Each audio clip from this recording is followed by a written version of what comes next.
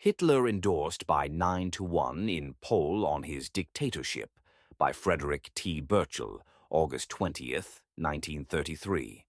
Berlin, 89 and 9/10% of the German voters endorsed in yesterday's plebiscite Chancellor Hitler's assumption of greater power than has ever been possessed by any other ruler in modern times. Nearly 10% indicated their disapproval. The result was expected. The German people were asked to vote whether they approved the consolidation of the offices of President and Chancellor in a single leader-chancellor, personified by Adolf Hitler. By every appeal known to skillful politicians, and with every argument to the contrary suppressed, they were asked to make their approval unanimous.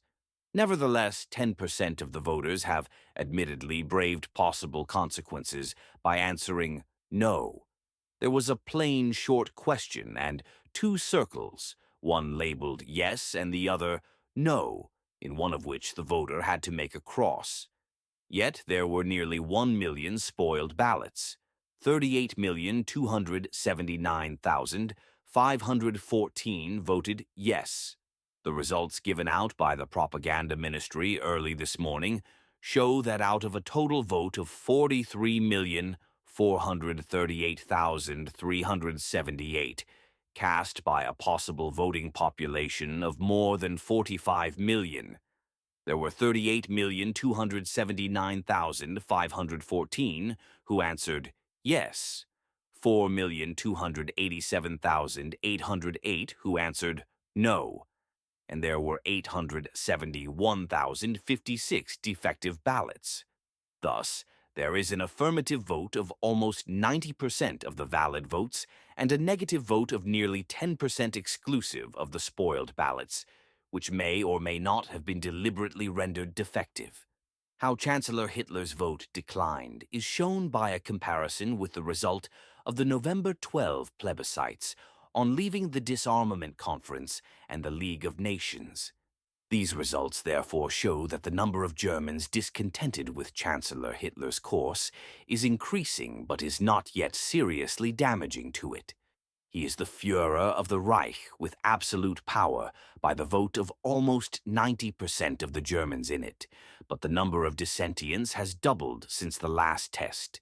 It is not yet a matter for international concern, but there are other considerations which may be.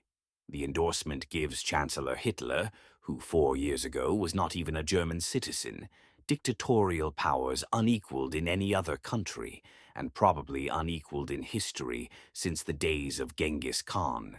He has more power than Joseph Stalin in Russia, who has a party machine to reckon with, more power than Premier Mussolini of Italy, who shares his prerogative with the titular ruler, more than any American president ever dreamed of. No other ruler has so widespread power, nor so obedient and compliant subordinates. The question that interests the outside world now is what Chancellor Hitler will do with such unprecedented authority. Nazi opinion is not disposed to be altogether cheerful about the result. When one high official was asked by this correspondent to comment on it, he said, "Obviously, we feel the effects of June 30th. He referred to the execution of Ernst Röhm and other stormtroops chiefs. That is also the opinion of many other Germans, especially among the more substantial classes. They interpret the result as the beginning of a protest against the rule of arbitrary will and as an effort to force Chancellor Hitler back to the rule of law. In their view, the vote may induce the Führer to steer henceforth a more moderate course and take account of the sensibilities of general opinion.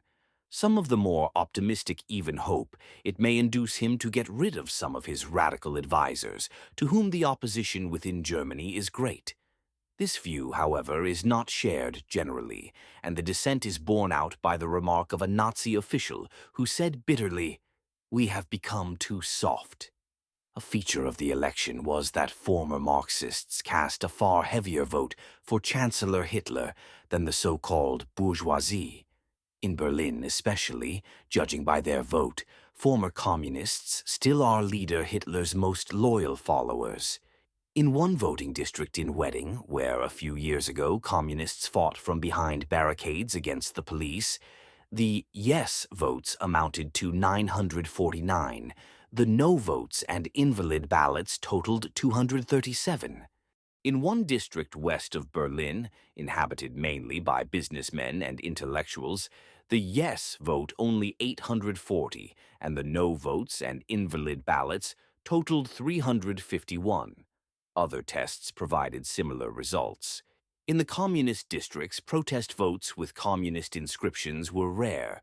In Western Berlin, they were more frequent. In one district, 5 ballots had the name Teilmann written in. Ernst Teilmann is an imprisoned communist leader. One ballot contained this inscription: "Since nothing has happened to me so far, I vote yes." It was signed non-Aryan. Interesting also are the following results. The Hospital of the Jewish Community in one district cast 168 yes votes, 92 no's, and 46 ballots were invalid. The Jewish Home for Aged People in another district cast 94 yes votes, 4 no's, and 3 invalid ballots. This vote is explainable, of course, by the fear of reprisals if the results from these Jewish institutions had been otherwise. It is paralleled by other results outside Berlin. In all Bavaria, Chancellor Hitler received the largest vote in his favor in the concentration camp at Dachau, where 1,554 persons voted yes, and only 8 no, and there were only 10 spoiled ballots. Hamburg, which only 2 days ago gave Herr Hitler the most enthusiastic reception he had ever received anywhere, led the country in the opposition vote. The official figures were: total vote cast 840,000, yes 651,000, no 168,000, invalidated ballots 21,000. The no vote, in other words, was 20% of the total vote. Counting the invalid ballots as negative in intent, the total opposition votes exceeded 22%. The percentage of the electorate voting was 92.4. Hamburg is the home city of Ernst Teilmann, and on his triumphant entry into the city on Friday, Herr Hitler made it a point to drive past Herr Teilmann's former home.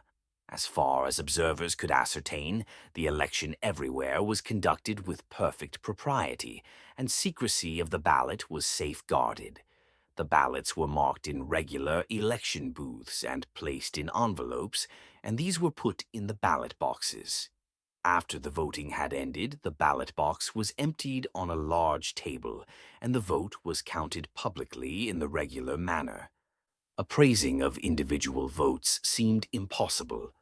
One check on possible non-voters, however, was exercised by instructions that the voting authorizations issued to those who for one reason or another planned to be outside their regular voting district on election day must be returned unless used. The number of such authorizations issued for this election exceeded anything known before. Throughout the day, stormtroopers stood before each polling place with banners calling on the voters to vote yes. Otherwise, voters remained unmolested.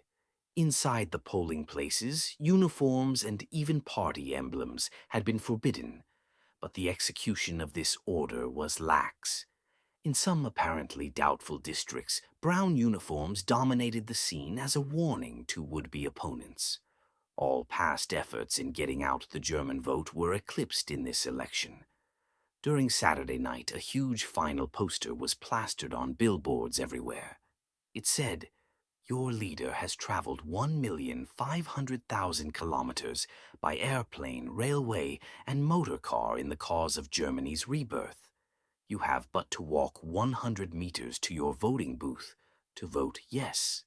All over Germany, means were taken to get the Sunday late sleeping population out of bed early.